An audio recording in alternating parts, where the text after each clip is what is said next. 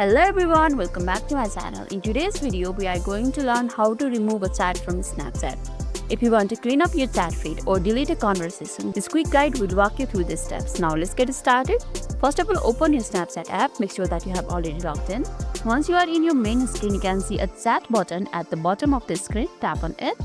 This will open your conversation. There are two ways to remove chat from your Snapchat. First one is removing individual chat and second one is removing multiple chats. First of all, let's remove the specific or individual chat. For that, find the chat that you want to remove. Once you have found it, long tap on the chat and this will open the options. There you can see a chat and notification settings. Tap on it. Now we can see clear from chat feed option. Tap on it. Then a prompt for the confirmation will appear. Tap on clear. And that's how you remove an individual chat. Now let's learn how to clear a multiple chat at once. For that, go to your profile icon which is in your top right corner. Then go to the settings by clicking on gear icon.